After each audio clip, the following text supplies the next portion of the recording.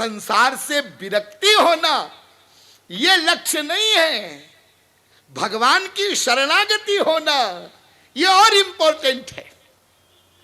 ये संसार से विरक्ति तो ऐसी चीज है जैसे आपको मुंबई जाना था, हाँ, और आप दिल्ली वाली रोड पर भाग रहे थे, तो किसी ने पूछा भाई कहां जा रहे हो? मुंबई जा रहे हैं। अरे इधर मुंबई नहीं है, इस साइड में तो दिल्ली है, तुम उल्टे भाग रहे हो। तो हम खड़े हो गए, अच्छा इसका मतलब हम गलत रोड पर हैं। हाँ हाँ खड़े हो गए, हाँ खड़े हो गए। तो क्या खड़े होने से मुंबई पहुंच जाओगे? ना ना, अब तुम ये पता करो कि दिल्ली वाली रोड कौन सी है, मुंबई वाली रोड कौन सी है। और जो मुंबई वाली रोड है उधर अबाउट टर्न होकर उधर भागो, उधर चलो, तब मुंबई पहुंचोगे। ठीक इसी प्रकार से अभी तक हम लोग संसार में सुख ढूंढ रहे थे, अब हमें पता चल गया कि संसार में न कहीं सुख है न कहीं दुख है। इससे विरक्ति हो गई, राग द्वेष रहित मन हो गया, खड़े हो गए। लेकिन इतने से काम नहीं चलेगा, अब ईश्वर की तरफ मन चले। कैसे जाए, क्या करना होगा? हाँ, इसके लिए आपको एक काम और करना होगा। संसार से विरक्ति, भगवान की शरणागति, इसके बीच में एक तत्व और है, उसका नाम है महापुरुष, गुरु। गुरु बिना गुरु शरणागति के भगवान की शरणागति हो नहीं सकती, भगवत प्राप्ति हो नहीं सकती। इसलिए वेद कहता है आचार्यवान पुरुषो ही वेद। जो आचार्य वाला हो, जिसको कोई गुरु मिला हो, वो जान सकता है भगवान को। फिर वेद कहता है तद विज्ञानार्थम सा गुरुमेवाभिगच्छेत समित पाणि श्रोत्रियम ब्रह्मनिष्ठम। उसको जानने के लिए तद विज्ञानार्थम क्या करे वो साधक? स गुरुमेवाभिगच्छेत। जो लोग संस्कृत के विद्वान को यहां बैठे होंगे वे जानते होंगे गुरुमेवाभिगच्छेत। एव शब्द लगा है, एव एव एव माने ही, और अभिगच्छति माने समन्ततः पूर्णतः परितः। वो जिज्ञासु जीव गुरु की ही शरण में जाए, पूर्णतः जाए, परितः जाए। कैसे जाए? समित पाणि ही, श्रद्धा पूर्वक, समिधा हाथ में लेके। लेकिन गुरु कैसा हो? श्रोत्रियम ब्रह्मनिष्ठम, श्रोत्रिय ब्रह्मनिष्ठ गुरु हो। यही बात भागवत कहती है, तस्मात् गुरुम प्रपद्येत जिज्ञासु श्रेय उत्तमम शाब्दे परे च निष्णातम ब्रह्मण्युपशमाश्रयम। ये गीता कहती है तद्विद्धि प्रणिपातेन परिप्रश्नेन सेवया उपदेक्षन्ति ते ज्ञानम ज्ञानिनस् तत्वदर्शिनः। अर्जुन, तत्वदर्शी महापुरुष के द्वारा ही तत्वबोध होगा। और रामचरितमानस तो आप लोग पढ़ते ही हैं। गुरु बिनु भव निधि तरई न कोई, जो बिरंची शंकर सम होई।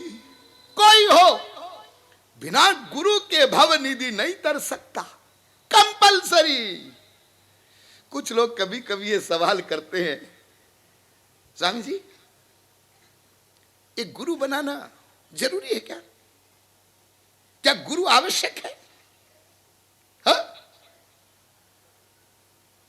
तुम ये पूछ क्यों रहे हो? तुम पूछ क्यों रहे हो? तुम हमसे सवाल क्यों कर रहे हो कि गुरु बनाना जरूरी है क्या? क्यों किया तुमने सवाल? सवाल सवाल नहीं करेंगे, किसी से पूछेंगे नहीं तो पता कैसे चलेगा? किसी से पूछेंगे नहीं तो पता कैसे चलेगा? तो पूछना पड़ेगा ना। हाँ, पूछना तो पड़ेगा। तो फिर गुरु चाहिए ना। तुम्हारे प्रश्न में ही उत्तर है। अरे बिल्कुल मोटी अकल से समझिए। मटीरियल जगत के का अक्षर का ज्ञान भी तुम्हें बिना गुरु के नहीं हुआ, बिना टीचर के नहीं हुआ। और पहली क्लास से लेकर के तुमने बीए किया, एमए किया, डॉक्टर बने, इंजीनियर बने, उस मटेरियल नॉलेज के लिए तुमने कितने टीचर बदले, कितने गुरु बनाए, एक के बाद एक, एक के बाद एक। क्यों बनाए? अरे तुम 10वीं पास हो गए, 12वीं पास हो गए? हाँ हो गए। तुमको पढ़ना लिखना सब आ गया? हाँ आ गया। तो किताबों में सब कुछ लिखा है, मेडिकल साइंस की किताब में सब कुछ लिखा है, पढ़ लो, समझ लो, बन जाओ डॉक्टर। ये क्यों मेडिकल कॉलेज खोल दिए गए? हाँ? और क्यों ये बड़े बड़े प्रोफेसर डॉक्टर्स वहां पढ़ा रहे हैं? क्या जरूरत है? किताबों में लिखा है ना सब कुछ। अपने आप पढ़ लो, अपने आप समझ लो, अपने आप डॉक्टर बन जाओ, अपने आप इंजीनियर बन जाओ। नहीं नहीं नहीं, ऐसा नहीं हो सकता। किताबों में लिखा है तो क्या हुआ? पढ़ाने वाला तो कोई चाहिए, समझाने वाला तो कोई चाहिए, और उसके अनुसार प्रैक्टिकल करवाने वाला भी कोई चाहिए। जब मटेरियल नॉलेज के लिए नियम है तो स्पिरिचुअल ज्ञान अपने आप हो जाएगा, अपने आप प्रैक्टिकल हो जाएगा। इम्पॉसिबल, असंभव। इसलिए ईश्वरीय तत्व ज्ञान के लिए और ईश्वर प्राप्ति के लिए गुरु कंपलसरी है, गुरु चाहिए। लेकिन यहां एक लेकिन लगा है, बहुत बड़ा लेकिन है। गुरु बनाना कंपलसरी है, गुरु चाहिए, ये तो तमाम बाबा लोग प्रवचनों में बताते हैं और लोगों की बुद्धि में भरते हैं कि तुमको गुरु चाहिए, गुरु बनाना है। लेकिन ये नहीं बताते गुरु किसको कहते हैं, गुरु की क्या परिभाषा है, और किसको गुरु बनावे। उनके लेक्चर देने का तात्पर्य तो यह है कि तुमको गुरु बनाना चाहिए, तुमको गुरु बनाना है, और हम तुम्हारे शहर में आए हुए, हमको गुरु बना लो, चेले बन जाओ। और फिर अपने लोगों से अनाउंस करवाते हैं। आप देखना, प्राय जहां प्रवचन होते हैं वहां अनाउंसमेंट होते हैं, ये कथावाचक जी ये प्रवचन करता, इनको जो गुरु बनाना चाहता हो कल 4 बजे आ जाना दीक्षा लेने के लिए। लो, इसलिए गुरु का महात्म्य बताया आपने कि आपके चेले बन जाए। इसलिए आगे की बात सुनो। गुरु चाहिए, बिल्कुल ठीक। गुरु बनाना है, बिल्कुल ठीक। गुरु किसको कहते हैं? मैंने एक दिन आपको संकेत में बताया था, गुरु उसको कहते हैं गृणाति ज्ञानम इति गुरुः गिरति अज्ञानम इति गुरुः गुमराउति इति गुरुः। जो माया के अंधकार को समाप्त कर दे, जो ईश्वरीय ज्ञान दे दे, जो अज्ञान ले ले,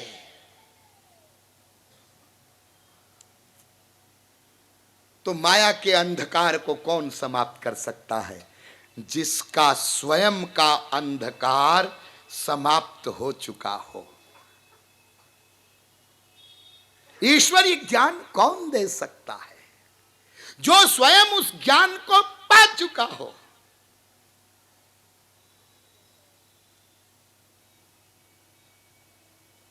करोड़ अंधे मिलकर के भी, करोड़ों अंधे मिलकर के भी एक गली का भी सही रास्ता नहीं दिखा सकते, और एक आंख वाला करोड़ों को सही रास्ता दिखा सकता है। तो गुरु के विषय में वेद कहता है वो श्रोत्रियम भी होना चाहिए, ब्रह्मनिष्ठम भी होना चाहिए। डिटेल करने का समय नहीं है। आपको याद होगा मैंने आपको एक दिन बताया था डिटेल में, श्रोत्रियम माने जिसको समस्त वेदों शास्त्रों का सम्यक ज्ञान हो। ये गीता के विद्वान है, ये रामायण के विद्वान है, ये ऐसा कथा म्यूजिकल आजकल होता है ना, संगीतमय कथा, कुछ गा के, कुछ रिझा के, कुछ चुटकुले, कुछ नाटक करके कभी हम भी बोर हो जाते हैं, बड़ी बढ़िया कथा कही। कुछ लोग नाच लेते, कूद लेते, प्रेम नहीं भीतर, ऐसी जबरदस्ती। क्यों? लाइव टेलीकास्ट हो रहा है, हमारा चेहरा आ जाएगा टीवी में, इसलिए नाचते हैं। नाचो भगवान के प्रेम में, लेकिन भीतर कुछ होना चाहिए। तुम तो कैमरा तुम्हारी तरफ आता तब नाचने लगते हो। तो शास्त्रों वेदों का सम्यक ज्ञान हो, उसका सार ज्ञान हो, और शिष्य की बुद्धि में उसको भर दे। खुद समझता हो इतना ही पर्याप्त नहीं है, उसके पास जो साधक आते हैं उनको समझाने की भी योग्यता हो, उसको कहते हैं श्रोत्रियम। और ब्रह्मनिष्ठम का सीधा सीधा अर्थ जो ईश्वर प्राप्ति कर चुका हो, यानी ईश्वरीय विषय का जिसको शब्दात्मक ज्ञान भी हो और अनुभवात्मक ज्ञान भी हो। मोटी बात समझिए, ईश्वर प्राप्त संत को ही गुरु कहते हैं। बस ये परिभाषा याद रखो, और सब भूल जाओगे आप लोग, लेकिन इतनी परिभाषा याद रखना, भगवत प्राप्ति जिसने कर ली हो उसी के लिए गुरु शब्द लागू होता है। और ऐसे कहने को गुरु किसी को भी कह दो, आप मटेरियल नॉलेज प्राप्त करते हैं उसमें भी आप उनको गुरु कहते हैं। अरे लफंगे लोफर लोग भी गुरु शब्द का प्रयोग करते हैं, क्या गुरु, वो भी बोलते हैं। देखो गुरु तो वो भी बोल रहे हैं, लेकिन वास्तव में गुरु शब्द जिसके लिए प्रयुक्त होगा तो ईश्वर प्राप्त संत के लिए ही गुरु शब्द का प्रयोग हो सकता है। और सुनो, ईश्वर प्राप्त संत को ही गुरु बनने का अधिकार है। इसलिए जिसने ईश्वर प्राप्ति नहीं किया है और वो किसी का गुरु बनता है तो लोगों को धोखा दे रहा है, धोखा दे रहा है। जब तुम्हारे पास बैंक में कोई बैलेंस नहीं है और तुम चेक काट के दे देते हो किसी को 1 करोड़ का, तो हमारी दुनिया में भी, हमारे संसार की गवर्नमेंट का भी एक कानून है कि इसको 420 माना जाता है। जब तुम्हारे बैंक में बैलेंस नहीं था तो तुमने चेक काट के कैसे दे दिया। ऐसे ही जब तुम्हारे पास ईश्वरीय वास्तविक ज्ञान नहीं है तो दूसरे को तुम ज्ञान देने का ढोंग क्यों करते हो? तुम 420 कर रहे हो, लोगों से, लोगों को धोखा दे रहे हो। तो जिसने ईश्वर प्राप्ति नहीं किया उसको गुरु बनने का अधिकार नहीं है। और इसलिए चाहे सारा जीवन बीत जाए, घबराना नहीं, लेकिन जब तक आपको कोई सही महापुरुष नहीं मिले तब तक किसी को गुरु नहीं बनाना, गुरु नहीं बनाना, कोई जरूरत नहीं है। हम लोग भोलेपन में अब गुरु बनाना तो जरूरी है, किसको बनावे, किसको बनावे, किसको बनावे। एक ने कहा मेरे जो गुरु जी ना वो उनको बना दे, हम गए बना लिया।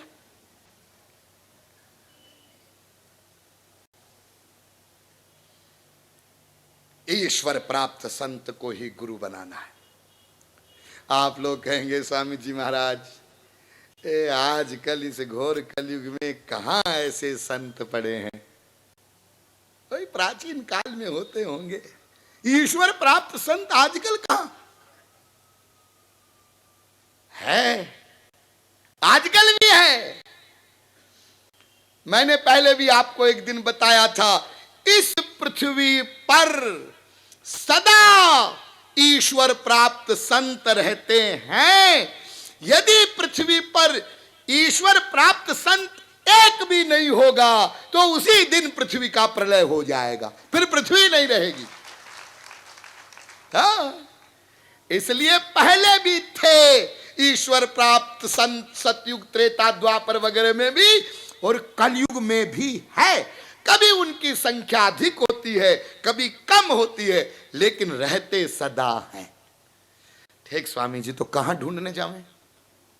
ये तो समस्या आएगी ना। कहां जाएं? इंग्लैंड जाएं कि अमेरिका जाएं? अरे ना ना ना ना, ये तो हमारे भारतवर्ष का सौभाग्य है, हमको ऐसे देश में जन्म मिला है, हमको कहीं जाने की जरूरत नहीं है। क्यों?